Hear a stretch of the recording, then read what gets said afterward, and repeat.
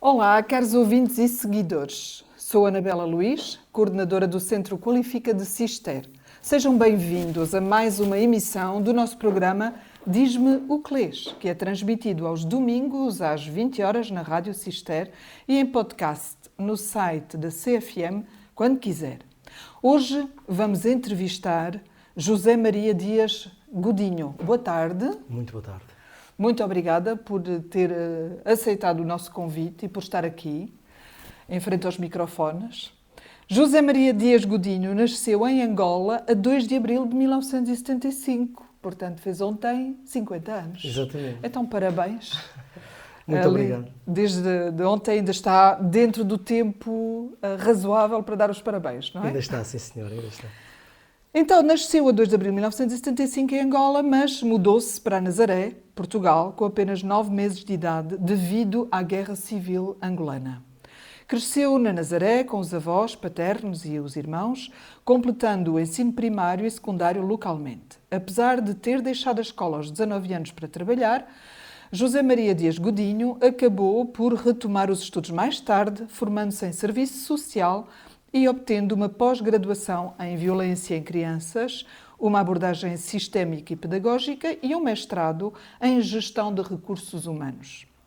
A carreira profissional de Godinho é marcada pela sua versatilidade. Trabalhou em fábricas, emigrou para a Alemanha e empreendeu diversos negócios, incluindo um bar na Nazaré, uma loja de móveis, um negócio de táxis em Angola e transportes no Porto de Luanda. Na área social e educativa, foi assistente social, professor de expressão musical e ocupou cargos de gestão em várias instituições, incluindo clínicas de saúde em Lisboa e uma multinacional. É autor de 2 livros e realizou trabalhos de investigação em IPSS, em instituições particulares de solidariedade social. Após enfrentar problemas de saúde, incluindo um princípio de AVC, José Godinho optou por regressar à vida mais calma de Nazaré. Continuou a sua carreira na área social, tendo sido diretor de recursos humanos no CIERIA, Centro de Educação Especial, Reabilitação e Integração de Alcobaça, e formador no CRIF, em Fátima. Desde 2021, ocupa o cargo de presidente da direção do CIERIA. E termina a sua nota biográfica, que me facultou, com uma citação que eu vou dizer. Diz assim: que a Dona Beatriz permaneça dentro de mim até que um dia nos possamos voltar a encontrar. Depois falaremos sobre isto. Então, José Godinho chegou a Portugal ainda bebê. É verdade. Após a inclusão da Guerra Civil em Angola. Como é que foi crescer na Nazaré e quais são as suas memórias mais marcantes desta época? Anabela, é uma pergunta interessante fazer aqui uma viagem até um pouco da nossa infância, porque é sempre aquele momento que nós nunca falamos, não é? Vamos chegando aos 49 anos, neste caso 50 ontem, não é? E nunca falamos da nossa infância. Eu tive uma infância perfeitamente normal. Nós, naquela altura, portanto, eu sou filho de um pai nazareno, portanto, a minha família paterna é toda nazarena e a minha família materna é toda angolana. Portanto, a minha mãe era angolana, o meu pai era nazareno mesmo. Significa que as minhas tias eram da Nazaré e os meus avós paternos eram da Nazaré. Naquela altura, nós chegámos a Portugal em 1975 e quer o meu pai, quer a minha mãe, ao chegarem à Nazaré, não ficámos logo na Nazaré, teremos ficado em Lisboa, pelo aquilo que são as histórias que se contam. Mas eu e os meus 2 irmãos, portanto 3 irmãos, acabámos por ficar com as nossas tias e com os nossos avós na Nazaré.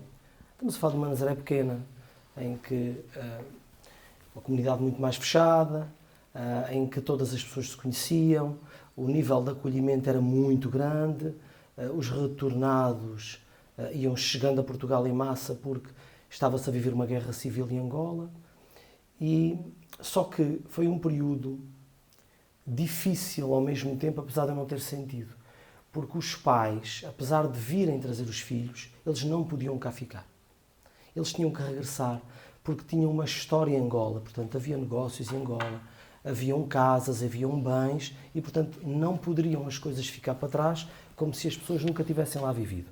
E então, no fundo, isto foi mais um movimento de transporte dos filhos, o meu transporte como bebé e o dos meus 2 irmãos, e ficámos em parte à guarda da minha avó paterna e do meu avô, e neste caso também das minhas tias. Esta foi a parte da minha infância. Daí fui crescendo na Nazaré, a minha avó tinha 4 casas na Nazaré e, portanto, uma das casas pertencia ao meu pai, por questões de herança. E vivemos aí até aos 18 anos, 17, 18 anos. A infância foi na escola primária da Nazaré. Recordo-me perfeitamente de todo o percurso escolar em que estamos a falar de uma terra pequena em que funcionava como se fôssemos todos irmãos. Nazaré era muito pequena. Nós conhecemos todos uns aos outros, brincávamos todos uns com os outros e eu passei pelas brincadeiras todas que hoje em dia já não acontecem. Sentiu-se acolhido na Nazaré? Muito acolhido, muito. E tem memórias de uma infância reconfortante? E feliz. Muito feliz. A Nazaré tem uma característica muito importante. Naquela altura, e hoje também, não posso dizer o contrário... Hoje tem uma dimensão turística diferente, não é? Muito grande. Naquela altura não tinha tanto, e como era mais pequena, era como se a comunidade estivesse aberta para acolher o retornado. Não se sentia racismo, não se sentia discriminação, sentia-se acolhimento. Portanto, e está a falar disso no passado? Isso sente que agora as coisas não são bem assim? Não. Continua a ser uma terra que acolhe, continua a não se sentir o peso da discriminação, porque são comunidades pescatórias muito fechadas, difíceis de entrar, não é? Eu recordo-me que estamos a falar de uma Nazaré em que tudo o que não fosse da Nazaré era paleco. Certo. Portanto, certo. Não é da Nazaré, certo, é paleco. É paleco, sim. E, portanto, estamos lá para nos proteger a nós e tudo o que não seja, à partida, é para não fazer parte. Faz parte de passagem, mas não faz parte. E não, continua-se a sentir uma Nazaré aberta, mas hoje é uma Nazaré já muito mais coberta de outras vivências. Nós temos uma comunidade imigrante na Nazaré já muito grande. Já temos muitos turistas que optaram por fazer a sua vida na Nazaré. Eu diria mesmo que ao longo do tempo, aquilo que é o espírito nazareno vai-se perdendo no tempo, por causa desta mistura de identidades, que também é uma coisa interessante. Vamos falar um pouco da escola? Sim. Portanto, aquela escola primária no início, não é? Não foi assim muito fácil para si? Abandonou a escola aos 19 anos de idade? Já tinha parado antes, depois retomou e voltou a abandonar aos 19 anos de idade? Não é? Como é que foi este percurso? Foi um bocadinho conturbado ou era fruto da época também, em que muita gente saía da escola cedo? O percurso, em termos de escola primária, eu diria que foi um bom percurso. No entanto, ele tem aqui uma interrupção que ele não terá sido benéfica para depois, para a fase do secundário. Ou seja, eu recordo-me aí com 6, 7 anos, ter sido interrompido o meu percurso escolar, não ter terminado a escola primária e ter ido para Angola. E recordo-me ter estudado em Angola, mas também não acabei em Angola. Ou seja, eu tenho aqui... Várias interrupções. Tenho. E há aqui entre 1 ano a 2 anos que eu perdi. E quando regresso, sou integrado numa turma, mas tenho mais 1 ano ou 2 do que os meus colegas. Mas o percurso escolar, em termos de escola primária, foi muito bom. Daquilo que eu poderia dizer que me marcou foi a minha professora primária, sem a mínima dúvida. Nós terminamos a 4ª classe e eu ainda hoje guardo o soldadinho de chumbo, que é uma coisa fantástica. Guardo o soldadinho de chumbo e não sei porquê, mas tenho como um símbolo de alguém que nos entregou, no final da 4ª classe, o soldadinho de chumbo, quase como nunca parem, lutem, lutem, lutem, muito até bem. conseguir. Hoje tem uma licenciatura, uma pós-graduação e um mestrado. Tenho. Portanto, volta a estudar. Volto. E tem sucesso. O secundário foi feito, chega ao 9º ano, eu reprovo, entro numa adolescência um bocado complicada, gosto de jogar futebol, envolvo-me com muita energia nos Nazarenos, fiz o percurso todo até aos séniores segundo ano nos Nazarenos. No 9º ano reprovo e já não queria estudar. Entretanto, neste caso o meu irmão, que teve um papel fundamental na minha vida, mantém-se a insistir que eu devo terminar o 12º ano. Eu não termino o 12º ano, mas repeti o 9º ano. Vou até o 12º ano, com cadeiras em atraso, até que disse que não queria mais estudar, queria trabalhar, queria namorar, queria começar a minha vida. E comecei então a trabalhar em várias fábricas na Marinha Grande. Muito pouco hábito de trabalho, portanto, se calhar passei por 6, 7 fábricas na Marinha Grande, um pouco protegido, porque trabalhava um mês, 2, e qualquer coisa que não estivesse muito do meu agrado, ou alguma situação em que fosse menos bem tratado, despedia-me. Ao chegar a casa, depois de me despedir e ter estado a trabalhar, normalmente dizia à minha mãe que não conseguia lá estar, estou lá um mês, a forma como estão a trabalhar, e a minha mãe dizia-me, não há problema filho, senta-te, o prato de sopa não irá faltar, e aqui ia passando por várias fábricas. Tem então a noção de que essas experiências muito diversificadas também naquela altura se calhar revelavam alguma impreparação para o mundo do trabalho? Concorda com esta apreciação sim. minha? Concordo, sim. É que Totalmente foi indústria, restauração, comércio, até o setor social, não é? Muita imaturidade. Foi uma trajetória muito diversificada. Acha que também o ajudou a construir a pessoa que é hoje, o José Godinho? Sem dúvida, Anabela, sem dúvida. Eu olho para trás e penso muito assim. Eu desisti da escola, enverdei por uma adolescência, um jovem adulto que queria trabalhar, ganhar dinheiro. Só que toda esta experiência, nem eu imaginava que um dia voltaria a estudar. Eu nunca mais voltaria a estudar. O que é que o levou a voltar a estudar? Porque eu vou para a Alemanha, porque queria trabalhar, porque queria ter a minha vida. Na Alemanha não resultou. Tive cerca de um ano na Alemanha, não resultou. Regresso para Nazaré e quando chego a Nazaré, sendo nazareno, toda a gente me conhece, eu pensei, vou abrir um bar. E agora é que é. Vou ter muito sucesso. Abro um bar e tenho um bar 5 anos. Muito sucesso, é verdade, porque as pessoas conhecem-se na Nazaré umas às outras. O bar sempre cheio, foram 5 anos de muito sucesso mesmo. Estamos a falar de 1998, portanto, estamos a falar do auge no verão.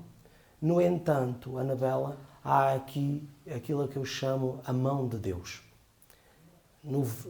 Em setembro de 2018, no dia 18 de setembro de 2024, eu não tinha muita gente no bar, estava fraco o movimento. 2024? É 2000... Terá sido há mais tempo, 2004, peço desculpa. Okay. Sim. 2004. 18 de setembro de 2004. Sim. Grava a minha vida para sempre, muda a minha vida para sempre. Repare, estudar nem pensar, quero é trabalhar e quero seguir a minha vida, e casar e ter uma vida toda dinâmica num outro sentido. No dia 18 de setembro de 2004, eu tive pouco movimento no bar e nesse dia resolvi fechar o bar mais cedo e sair da Nazaré para ir até aos bares na Vieira de Leiria. Nessa viagem até Vieira de Leiria, eu tenho um brutal de um acidente de viação. Então, é este apontamento de 2004, corre o boato na Nazaré de que teria tido um acidente no qual tinha falecido, não é? Corre esse boato. Sim. O que é que acontece? Eu tenho um brutal de um acidente de viação e um carro, eu vinha devagar, um carro sai fora de mão, bate-me a 140 de frente no meu carro, eu vinha com a minha ex-namorada dentro do carro, a pessoa que me bateu faleceu e a partir daí vou em estado de coma, cerca de 18 bombeiros só para desencarcerarem e tirarem do carro, vou para o Hospital de Leiria, consciente, depois do Hospital de Leiria desmaio e tive cerca de mais ou menos um mês em estado de coma e a partir daí foi mais ou menos como o Juca, porque é assim que as pessoas na Nazaré me conhecem. Ei pá, sabes quem faleceu? O Juca, num acidente de viação. Tive um mês e tal, portanto falava-se disto na Nazaré. Eu soube depois, como é lógico, tomei consciência de que aquela terra protege muito os seus filhos, acolhe muito os seus filhos e ama muito os seus filhos. Quem nós achávamos que não nos conhecia, de repente batem à porta porque querem visitar o Juca, querem saber se a mãe do Juca está a sofrer muito porque o Juca está em estado de coma. E então aquilo era uma romaria, a casa da minha mãe, e as velas todas acesas, porque a minha educação é católica, de vela, de Nossa Senhora, de rezar mesmo. Foi assim que eu fui educado. Portanto, E pronto, um mês em estado de coma. Quando saio do estado de coma, estou cerca de 2 meses no hospital e estou 2 anos a fazer fisioterapia. Esses 2 anos a fazer fisioterapia, eu não tive outra hipótese porque eu não tinha muito para fazer, além da fisioterapia. Decidi então ir tirar o 12º ano. É aí que recomeça a estudar. É aí que recomeça a estudar. Muito bem. Portanto, começo no 9º, 10º, 11º, 12º. Quer dizer que andei a estudar 4 anos, no fundo a corrigir o erro de ter desistido da escola. Depois do tal acidente. Depois do acidente. É o acidente que muda tudo. É esse acidente que marca, digamos, a outra parte da sua vida. É mesmo uma outra parte. O termo é esse.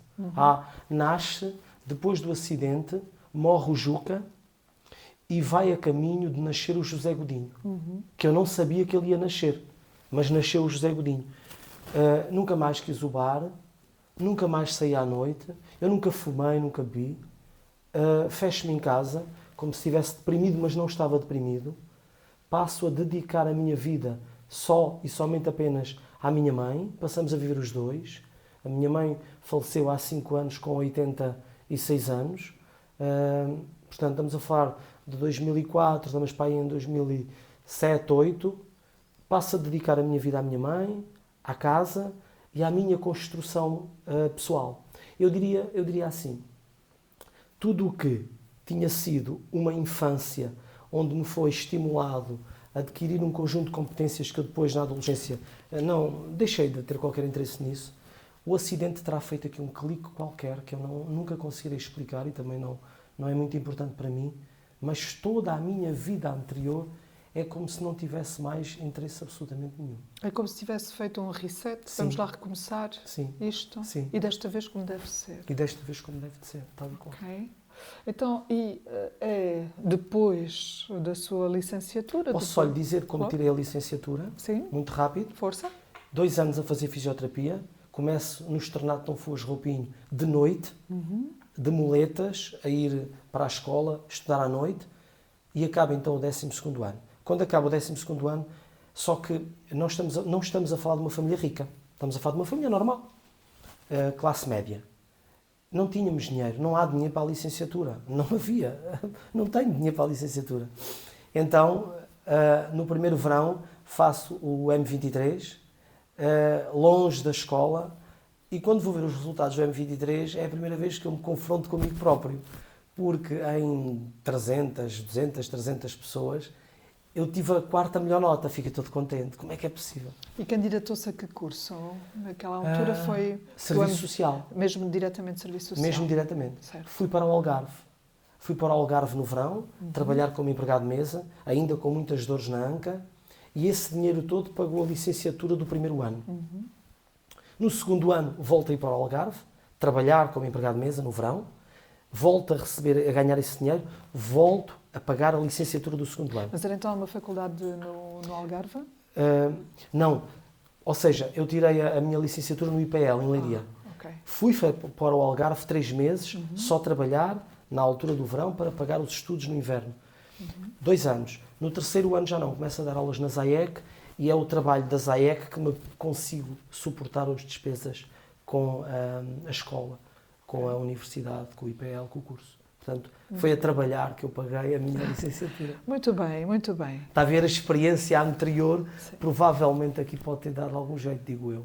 A vontade para trabalhar, o não ter medo de trabalhar para atingir um objetivo.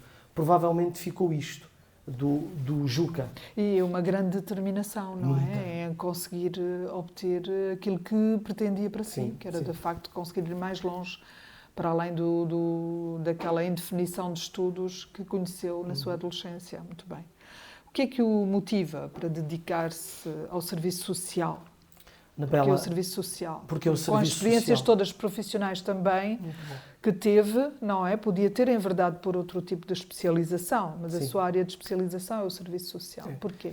Eu, durante o acidente, a entrega à casa, a entrega à mãe, e eu hoje, com 50 anos, tento procurar o porquê que vivi tão apaixonado pela minha mãe e o meu irmão que está em Lisboa também. E a conclusão que eu chego é que muitas vezes na minha infância eu fui deixado para trás com o amor pela minha mãe, porque a minha mãe tinha que ir. E eu recordo-me de estar no aeroporto a chorar, de ficar sem a minha mãe, porque foi 3, 4, 5 meses para Angola e eu tinha que ficar com os meus irmãos. Quando fico com a minha mãe depois do acidente e a tomar conta da minha mãe e a viver com a minha mãe, nunca casei, nunca tive filhos até essa altura, a paixão pela minha mãe era tanta que eu disse para mim assim, eu vou tirar serviço social, vou abrir um lar de idosos e um dia terei o meu lar de idosos e a minha mãe estará no lar de idosos e eu serei o assistente social do meu lar de idosos. E, portanto, a minha mãe irá estar sempre, até se ir embora, sempre comigo. E, portanto, queria tirar... É a sua mãe que o inspira? É a minha mãe que me inspira. Muito bem, porque não é? Não há hipótese nenhuma. Ok. Eu não dou um passo sem esta referência. Não dou um passo sem esta referência. Certo. O pai, entretanto, faleceu? O meu pai faleceu há muito tempo, eu convivi com o meu pai há muito tempo, mas a fase que eu convivo com o meu pai foi aquela fase da rebeldia, que eu queria trabalhar, portanto, a família não era muito importante. Eu queria trabalhar, namorar, fazer a minha vida. Não era assim tão importante a família. Fui eu que cuidei do meu pai até ele falecer, mas não se estabeleceu aquela ligação fortíssima, forte, como se estabeleceu com a minha mãe. Eu morreria pela minha mãe se me questionassem a determinada altura se era possível trocarmos, eu trocaria. Não, aquilo era uma opção. As pessoas todas da Nazaré sabem que aquilo era um filho que... Ela continua a viver dentro de si, completamente. Não é? Criou também um modelo de gestão para IPSS. Porquê? O que é que o leva a desenvolver este modelo? Ok. Ou seja, portanto, licenciatura, serviço social, começa a desvanecer-se o sonho, um bocado até infantil, de que vou tirar o serviço social porque quero abrir um bar. Isso era uma utopia. A partir do momento em que se tira um curso de serviço social e com a experiência acumulada ao longo dos anos, a visão do mundo e da vida mudou. E então passa-se a olhar para aquilo que é ser assistente social e dizer-se assim, isto é uma missão, não é uma profissão. É mais uma missão do que uma profissão. Não é uma atividade caritativa nem assistencialista, mas é uma atividade de fazer crescer tudo à nossa volta. É isto que eu defino um assistente social. E a partir daqui, eu começo a trabalhar em várias IPSS. Ao trabalhar em várias IPSS, eu começo-me a perceber com uma nitidez, se calhar simples para mim, porque nunca nos possamos esquecer que eu tinha gerido um bar, eu tinha tido outros negócios, já tinha trabalhado. E, portanto, a minha visão sobre o setor onde trabalhava é que o setor não trabalha de forma profissional. O nosso setor social em Portugal é um setor social muito preso àquilo que são atividades de voluntariado. Ainda estamos muito no voluntariado, de fazer a obra de Deus, fazer a caridade, fazer o bem, tudo aquilo que são as ações que mais estão inclinadas para aquilo que é a resposta que é esperada pelo outro, que é fazer o bem para ficar bem. Eu olho para o setor e pergunto-me assim, não é possível que neste setor não se incluam atividades como gestão de recursos humanos, avaliação do desempenho, recrutamento e seleção e todas as disciplinas ligadas à gestão de qualquer empresa que também deveriam estar ligadas à gestão das IPSS. E então resolvo tirar um mestrado em gestão de recursos humanos. E dentro desse mestrado, vou inclinar a dissertação de mestrado, vou fazê-la como se fosse uma tese de doutoramento. E então parto para estudos dentro do setor social para desenvolver o modelo de avaliação do desempenho para o terceiro setor da economia portuguesa. Setor privado, público, e temos este setor que é quase o setor pobre da economia. Ninguém quer investir neste setor de forma a profissionalizar o setor. E então o setor vai tendo os problemas que nós sabemos. Então desenvolvo o modelo de avaliação do desempenho. Desenvolvo um modelo académico com um professor universitário, doutorado, um mestre, foi ele também que me deu todas as bases, e vou fazer testes ao modelo em várias IPSS em Portugal. Inclusive, estivemos para colocar um modelo o teste ao modelo no Banco Nacional de Angola. Nós temos o Banco de Portugal, o Banco Nacional de Angola. Estive em Angola cerca de 2 meses nessa altura, que era para testarmos o modelo nos trabalhadores do Banco Nacional de Angola. Depois acabou por não acontecer, porque aquilo era uma parceria que eu tinha com o professor universitário e o meu professor respondeu-me que, José, você ainda é o aprendiz de feiticeiro, o feiticeiro sou eu. E aquilo caiu-me mal e acabámos a nossa parceria, porque eu não queria ser aprendiz de feiticeiro, queria ser mesmo feiticeiro. E como queria ser feiticeiro, desvinculei-me e parti para a elaboração do modelo. E criei o modelo. O modelo foi aplicado em várias IPSS, inclusive nas clínicas Companhia da Saúde, mais propriamente num lar também em Lisboa, e no Síria em 2017. Que Então, dá origem ao livro O Terceiro Setor, o modelo de avaliação do desempenho adequado. Certo, já lá vamos. Okay. Qual é o resultado dessa, digamos, implementação? Testou e concluiu de que era um sucesso ou nem por isso? Que era sucesso absoluto.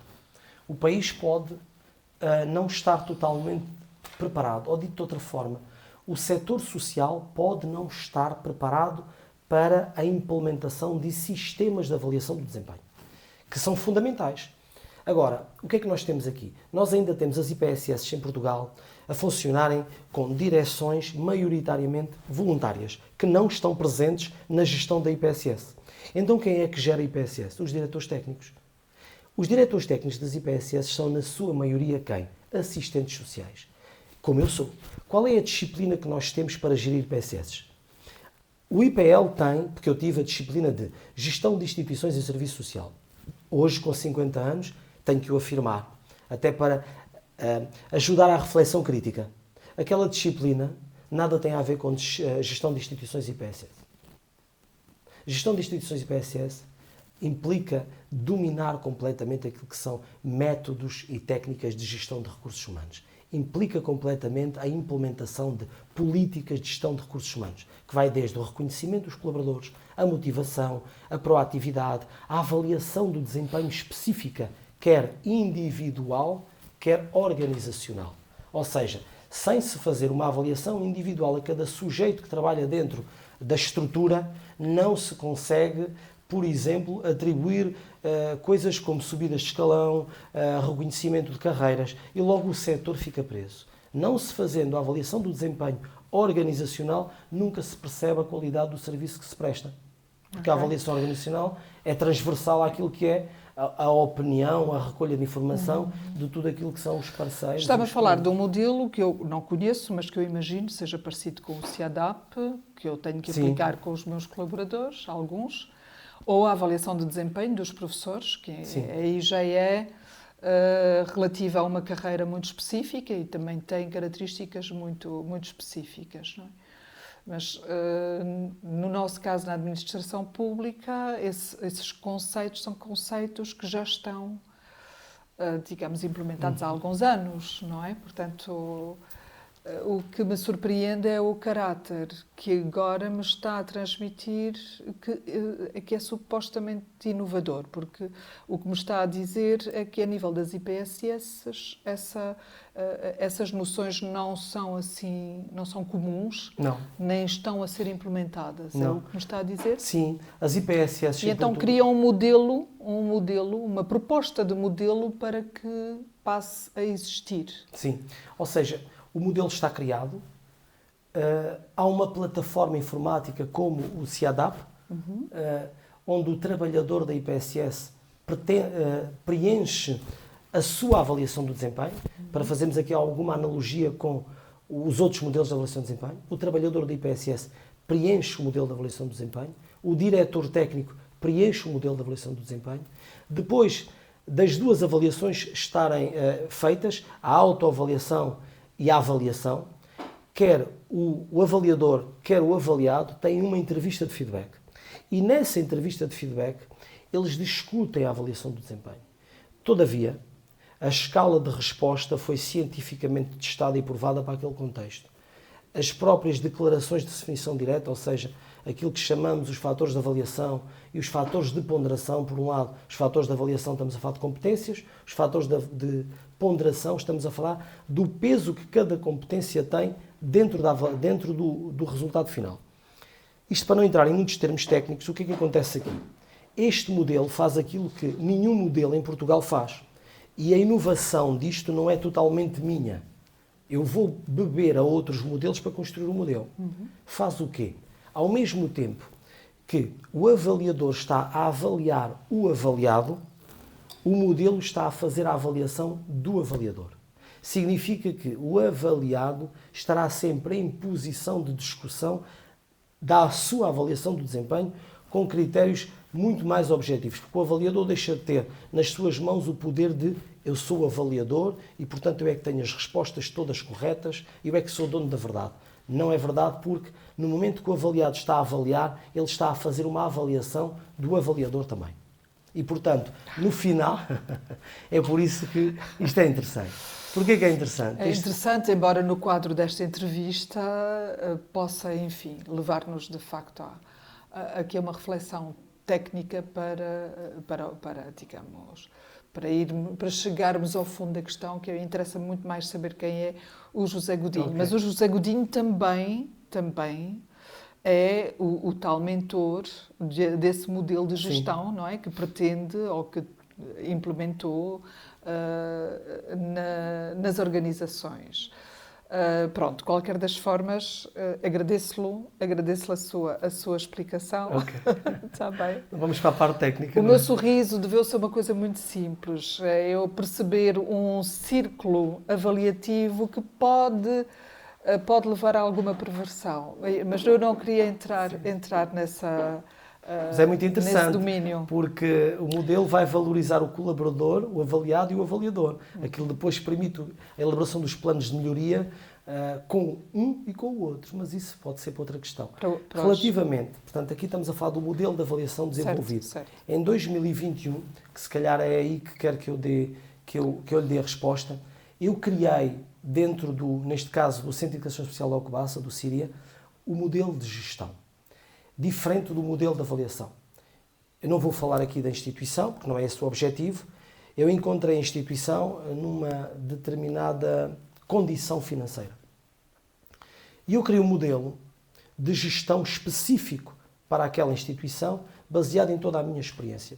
E é esse modelo a qual chamamos de GEOPlan, Gestão, Organização e Planeamento, que trabalha dentro de um conjunto de vertentes, muito à semelhança daquilo que é o modelo americano, o Balanced Scorecard, portanto, em que vamos trabalhar aqui num conjunto de perspectivas e tentar mediar estas perspectivas com indicadores daquilo que é o desempenho da organização. Quer dizer que o modelo de gestão implementado dentro do Síria, o que fez foi permitir a capitalização do Síria e o seu desenvolvimento técnico. O modelo faz o cruzamento entre aquilo que é a análise técnica e a análise financeira. E a partir daqui, todos os indicadores de desempenho permitem que, de 6 em 6 meses, todos os anos, se façam ajustes até que se atinja a sustentabilidade programada em 2021. Significa que se eu tomei posse em 2021, eu tenho a obrigação de, em 2024, a instituição estar capitalizada e ter uma determinada qualidade de serviço. Graças ao plano. Graças ao modelo de gestão, ao GEOPlan. Muito obrigada, muito bem. Vamos voltar um bocadinho atrás, não a 2021 ainda, mas eu tenho aqui o apontamento que teve um princípio de AVC em 2016. É verdade. E que decidiu mudar de vida, de novo. Portanto, há uma nova mudança de vida. Em 2004 o acidente, em 2016 há um novo susto, não é? De novo relacionado com a saúde. E como é que essa experiência, em que é que o afetou? O que é que mudou em si? Bela, eu vou sempre analisando muito o meu percurso de vida, sempre. Nesta fase, estou numa fase de reflexão novamente da minha vida. Vai haver outra viragem na minha vida. A minha vida vai-se passando ciclos de viragem. E são ciclos grandes sempre. São coisas muito fortes quando se dá a viragem. O que é que acontece aqui? Eu era um workaholic. Eu fui para Lisboa, fui gerir as 2 clínicas em Campolide, 2 clínicas de saúde em Campolide, mas não chegava, tinha tanta energia que geria 2 clínicas de saúde, ainda geria um lar. Tinha 3 empregos. 3 empregos. E ainda ia todos os dias da Nazaré para Lisboa, porque nunca poderia a minha mãe jantar sozinha e jamais ficaria sozinha. E, no entanto, tinha casa em Lisboa, tinha como lá ficar. O nível de stress, a rotação com que eu me envolvia, era tanta, que não aguentei. Eu fazia viagens de Lisboa para Gaia, porque eu era o gestor estratégico também da multinacional Bauer Fine de Portugal, era eu o gestor estratégico. Portanto, era viagens de Lisboa para Gaia, porque tínhamos negócios em Gaia, de Lisboa para o Algarve, portanto, não parava. Até que a minha sorte foi trabalhar dentro de uma clínica. Eu começo a sentir todos os sintomas da AVC, sou socorrido, e a partir daí eu pensei para mim, eu não quero mais isto para mim. Eu já tive o azar em 2004, Deus meteu a mão, e eu não posso estar a viver neste ritmo. E então aí abrandou. Abrandei, voltei para a Nazaré. Abrandou a volta para a Nazaré e é a partir daí, de certa forma, é que se dedica com mais, digamos, mais afinco, não é, ao setor social aqui e a nível do Ciaria. Ou seja, no fundo, eu estou no setor social, saio do setor social e vou para o setor privado, para Lisboa, para as clínicas e outras áreas. Quando se dá mais este episódio traumático, eu decido, eu quero uma vida mais calma, quero trabalhar num lar de idosos, ser diretor técnico de um lar de idosos e fazer a minha vida, casa, lar de idosos. Entretanto, surge o Ciria. Eu nunca imaginei que pudesse vir a ser presidente da direção do Ciria. Eu imaginei sim que seria o diretor dos recursos humanos como fui de 2017 a 2020. Tinha uma excelente, excelente relação com o coordenador-geral Luís Rodrigues, excelente. Uma cumplicidade, uma entrega um com o outro, que era uma coisa excelente, uma coisa medonha. Nós trabalhávamos das 9h30, todos os dias, até às 10, 11 da noite. Ficávamos lá os dois sozinhos a trabalhar. Um prazer enorme, que tínhamos em trabalhar um com o outro. No entanto, chegou a 2021, já andávamos os dois, não vou estar aqui a abrir muito, a falar sobre a possibilidade do Ciria ter outra direção. No entanto, eu avancei. E quando avancei, pronto, perco o coordenador-geral. Se calhar, se o coordenador-geral tem-se mantido comigo até esta altura, eventualmente, nem a mim me apetecia sair do Ciria. Okay. Vou dar uma oportunidade de 30 segundos. Desculpe, mas o tempo de facto passa a correr. Eu lamento que não tenhamos, ao longo dos nossos dias, tempo para falar uns com os outros, porque isto acontece sistematicamente. Mas, de facto, eu gostava de lhe fazer esta questão, portanto, até com tudo aquilo que nos descreveu. Desde 2021, já o referiu, preside ao Ciaria, à direção do Ciaria. Implementou o tal Geoplan, não é? No qual, tanto quanto eu percebi, confia. 100%. Neste momento, olhando para trás, teria feito alguma coisa diferente nestes 4 anos que esteve na direção do Ciaria? Teria sim. Teria sido mais competente na escolha das coordenações intermédias, de algumas coordenações intermédias, porque anteriormente, quando estava dedicada à gestão de recursos humanos do Ciria, já tínhamos problemas na gestão intermédia, porque é a gestão intermédia que dá suporte à gestão do topo. Não se esqueça que ele deu só 30 segundos. Ok, está certo. Teria tentado ser mais eficaz na escolha de todas as coordenações intermédias, porque posso ter cometido erros na escolha das coordenações intermédias e isso pode não ter ajudado a que estruturas como os Centros de Atividades e Capacitação para a Inclusão, que é uma estrutura forte com peso no Ciria, já deveriam estar com um nível de evolução um pouco mais à frente, porque o meu nível de exigência é grande. Eu ponho muita exigência em tudo o que faço. Trouxe dos livros. Trouxe sim. Que isto chama-se Diz-me o que lês, dir-te-ei quem és, mas nós pregamos esta partida aos nossos entrevistados, deles primeiro falarem de si. Ok. E depois falarem daquilo que lê. Então, o que é que nos então, traz aqui hoje? Eu trago aqui a violência sobre as crianças. Sim, posso? Pode sim. Obrigada. Este livro marca provavelmente o maior capítulo da minha vida. Certo. Ok? O livro, eu faço parte do livro, foi uma honra para mim ter partilhado esse livro, ou ter partilhado os momentos para a elaboração desse livro com as maiores personagens da vida social e política portuguesa. Sim. Tem aqui Laborinho Lúcio também, José Souto Moura, Joana Marques Vidal, por aí além. Sim. Portanto, aí estão Eduardo Sá, aí estão os maiores personagens da vida social e política portuguesa.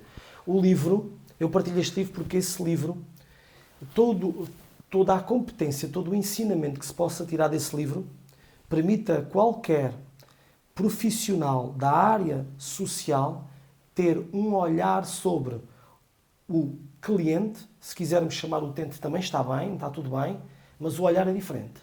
Não há nada que um assistente social que se debruce sobre esse livro não consiga perceber em termos de maus tratos, violência, negligência. Não é necessário, a partir daí, ser advogado, porque foi tanto jurista, tanto assistente social, tanto pensamento que foi colocado aí por todas essas pessoas e por mim também, que o livro foi a única pós-graduação. É um livro que recomenda, então, muito. A Violência sobre Crianças, com a coordenação de Luís Miguel Larcher, textos de imensas personalidades, como aqui podemos ver. Muito bem. E então, temos Recomendo ainda que se leia O Terceiro Setor. o terceiro setor, o modelo de avaliação de desempenho adequado, que é seu, José Godinho, meu, sim. não é? Portanto, Sim.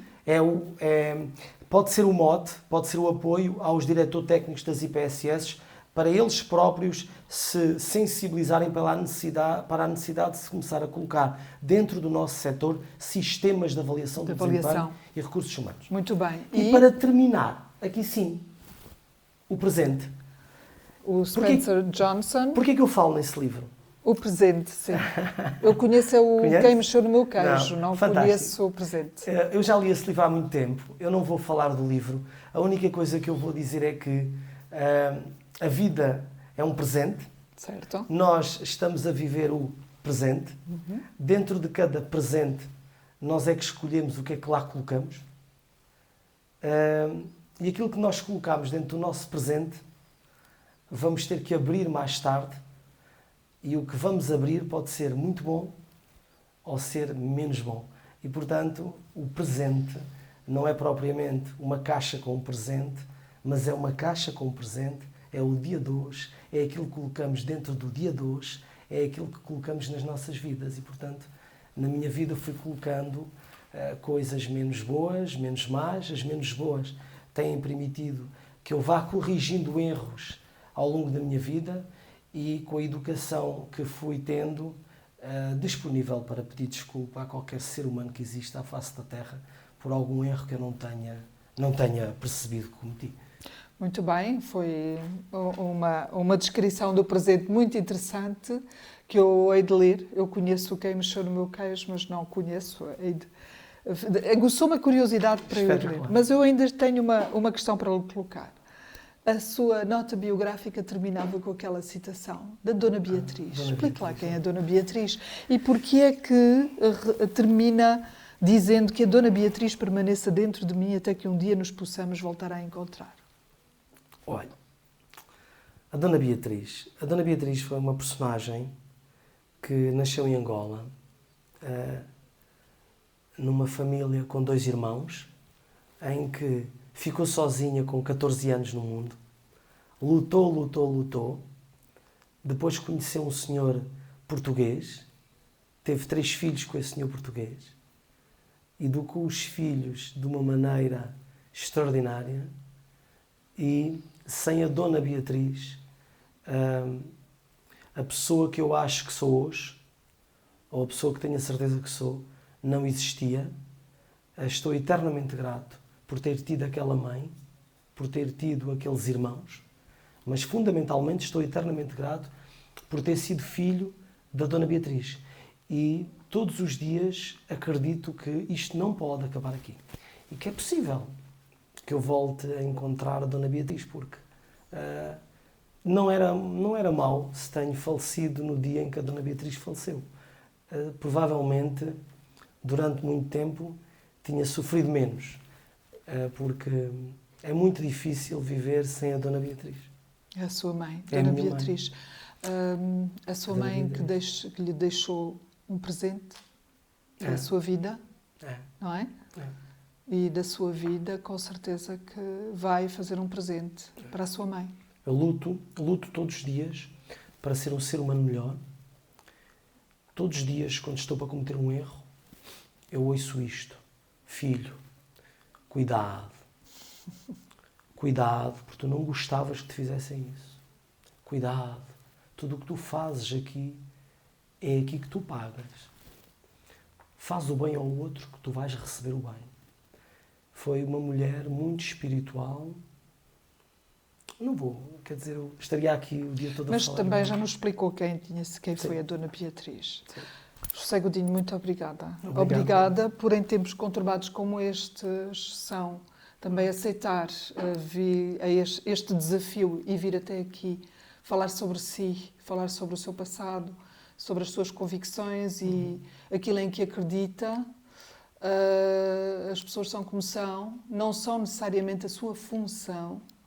E é por isso é que esta entrevista existe. Esta entrevista, o Diz-me o que lês, serve para nós conhecermos as pessoas para além daquilo que fazem, para além da função que exercem.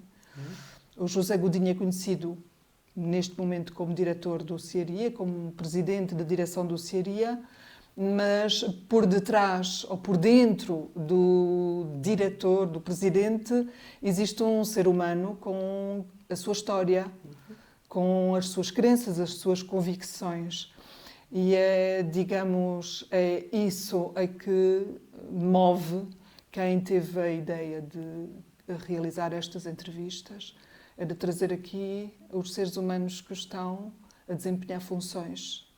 Muito obrigada pela sua paciência, pela sua dedicação, pelo tempo que esteve aqui connosco. Obrigada, Rui, por estar aí atento, com um grande sorriso, e a garantir que as coisas correm bem nestas gravações. Obrigada, Rodrigo. A Marta, entretanto, já foi, mas assinalo que temos 2 estagiários maravilhosos aqui e que também assistem ao nosso programa. Eu sou a Anabela Luís, sou coordenadora do Centro Qualifica de Cister e cá estarei na próxima semana. Obrigada.